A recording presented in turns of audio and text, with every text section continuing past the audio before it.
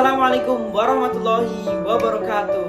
Halo teman-teman, perkenalkan saya Ilham Sidik Ilmiawan dari program studi Komunikasi dan Penyiaran Islam semester 3. Oke, di pertemuan yang singkat kali ini saya akan membahas tentang digital advertising, tapi secara singkat saja ya. Oke, simak terus keseruan aku di sini. Check it out. Pada kesempatan yang singkat kali ini, saya akan membedah sebuah topik penting dalam dunia pemasaran modern, yaitu ekosistem digital marketing, termasuk perbedaan marketing konvensional dan digital, serta peran besar digital advertising dan paid media dalam pertumbuhan bisnis masa kini. Perbedaan marketing konvensional dan marketing digital. Sebelum masuk ke digital marketing, kita perlu memahami bahwa ada dua jenis pemasaran utama. Yang pertama, A, yaitu adalah marketing konvensional atau traditional marketing. Ini digunakan metode pemasaran klasik yang digunakan sebelum era internet. Contohnya adalah iklan TV, radio, koran, billboard, spanduk, dan poster. Kelebihannya apa teman-teman? Kelebihannya yaitu adalah yang pertama, menjangkau audiens yang luas. Yang kedua adalah cocok untuk brand-brand besar. Lalu yang ketiga, memberi kesan kuat melalui virtual besar atau visual besar seperti billboard. Lalu adakah kekurangannya teman-teman? Ada. Yang pertama, biayanya yang tinggi. Yang kedua, komunikasinya satu arah. Yang ketiga, sulit mengukur efektivitas secara akurat. Dan yang keempat adalah tidak bisa ditargetkan secara spesifik. Pembahasan yang kedua adalah apa sih itu digital advertising? Digital advertising adalah segala bentuk iklan yang ditampilkan melalui platform digital seperti Google, Instagram, Facebook, TikTok, YouTube, dan website. Digital advertising memiliki tiga kekuatan besar. Kekuatan yang pertama adalah targeting super spesifik. Iklan bisa diarahkan ke orang berdasarkan minat, berdasarkan usia, lokasi, perilaku, bahkan kebiasaan online.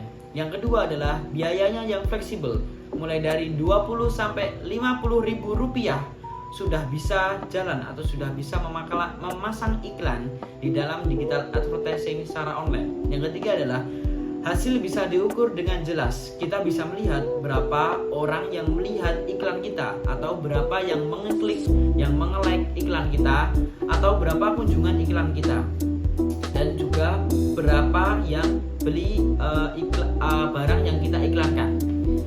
Dengan kelebihan atau dengan demikian, digital advertising menjadi tulang punggung strategi marketing modern. Pembahasan yang ketiga yaitu adalah ekosistem digital marketing. Sekarang, mari kita bahas ekosistem besar yang membuat pemasaran digital bisa berjalan efektif. Ada 5 komponen utama atau 5 fondasi utama. Yang pertama adalah infrastruktur.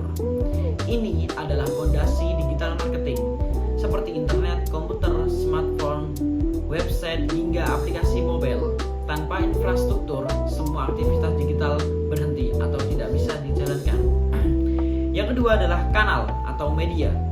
Media tempat pesan disampaikan, baik digital ataupun tidak digital, seperti Instagram, website, Google, maupun tradisional, TV, radio, dan koran. Yang ketiga adalah tools, alat bantu. Alat seperti Google Analytics, Meta Ad Manager, Canva, hingga platform email marketing. Tools ini membantu membuat konten, menjalankan iklan, dan membaca data. Selanjutnya yaitu yang keempat adalah pelaku. Semua orang yang terlibat di dalamnya. Pemilik bisnis, tim pemasaran, agensi, konten kreator, hingga konsumen. Yang terakhir adalah aktivitas. Mulai dari membuat konten, memasang iklan, mengirim email, memberikan promo, hingga membaca performa kampanye.